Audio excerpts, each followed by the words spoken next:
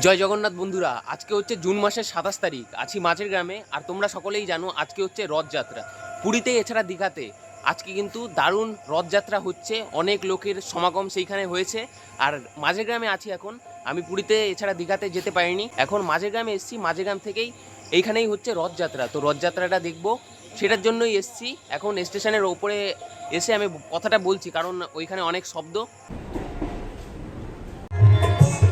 এই দেখো বন্ধুরা, এটাই হচ্ছে রথ। অনেকেই এইখানে আছে ভক্তরা, যারা প্রণাম করছেন, পুজো দিচ্ছেন। কতটা সুন্দর দেখো, অনেকেই কিন্তু এখানে পুজো দিচ্ছিলেন এখন।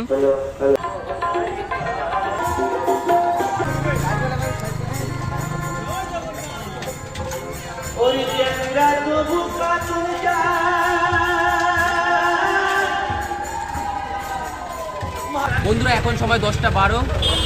মেলাটা অনেকটাই ফাঁকা হয়ে গেছে। এখন এখান থেকেই চলে যাব বাড়ি।